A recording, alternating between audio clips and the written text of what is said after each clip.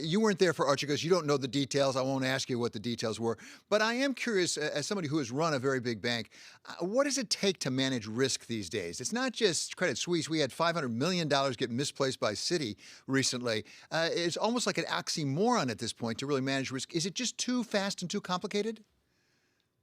Well, David, as you say, it's clearly, the issues around risk are extremely important. They take a lot of focus.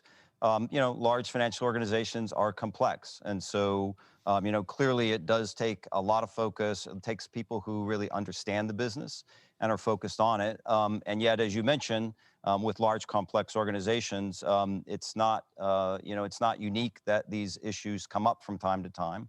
And I would say, as you say, on Credit Suisse, I'm not involved in it. I don't know any more than a man on the street.